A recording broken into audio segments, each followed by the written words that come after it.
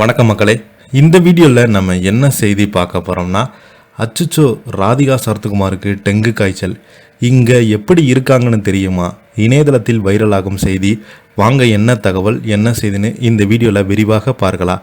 அதுக்கு முன்னாடி முதன் முறையாக நம்ம சேனலை ஃபஸ்ட் டைம் பார்க்குறீங்கன்னா சப்ஸ்கிரைப் பண்ணாதவங்களாம் சப்ஸ்கிரைப் பண்ணிக்கோங்க. பெல் பட்டன் சிம்பல் அமைக்கி நம்ம சேனலோட நோட்டிஃபிகேஷனை எனபிள் பண்ணிக்கோங்க. நாங்கள் போடுற வீடியோ எல்லாமே உங்களுக்கு உடனுக்குடனே வந்து சேரும். வாங்க என்ன தகவல்னு இந்த வீடியோவில் பார்க்கலாம்.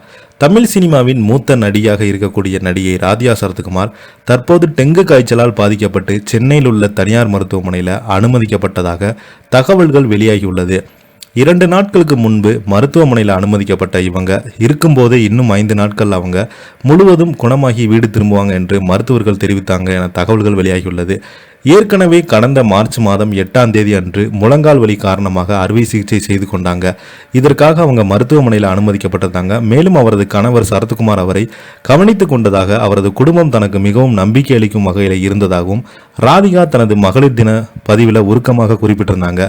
முழங்கால் வலி குணமாக பின்பு படப்பிடிப்பு பணிகள் கவனம் செலுத்தி வந்திருக்காங்க. இந்த நிலையில் பார்த்தீங்கன்னா சில வாரங்களுக்கு முன்பு கூட ஜிவி பிரகாஷ்குமார் லண்டனில் இசை கச்சேரியில் கலந்து கொண்டு சிறப்பான புகைப்படங்களை எடுத்து வீடியோக்களாக இணையதளத்தில் பரவினாங்க.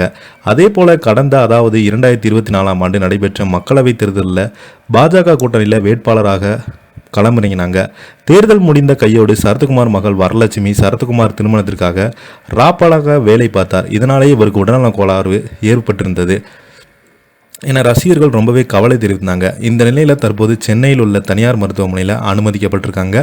2 நாட்களுக்கு முன்பு மருத்துவமனையில் அனுமதிக்கப்பட்ட இவங்க இப்படி இருக்கும்போது இன்னும் 5 நாட்கள் அவங்க முழுவதுமாக குணமாகி வீடு திரும்புவாங்க என்று மருத்துவர்கள் தெரிவித்திருக்கிறாங்க என தகவல்கள் வெளியாகியுள்ளது. ராதிகா சரத்குமார் குணமாகி வரும் தகவல்கள் ரசிகர்கள் அடைய செய்துள்ளது. மேலும் பலர் அவங்க விரைவில் குணமடைந்து வீடு திரும்ப வேண்டும் என வாழ்த்துக்கள் தெரிவித்து வருகிறாங்க. 2024 மக்களவை தேர்தல் வேட்பாளராக பாஜக கூட்டணியில் களமிறங்கினாங்க. விருதுநகர் மாவட்ட தொகுதியில் போட்டிட்டாங்க. இந்த தொகுதியில் இவரை எதிர்த்து விஜயகாந்தின் மகன் விஜய பிரபாகரன் போட்டியிட்டார்.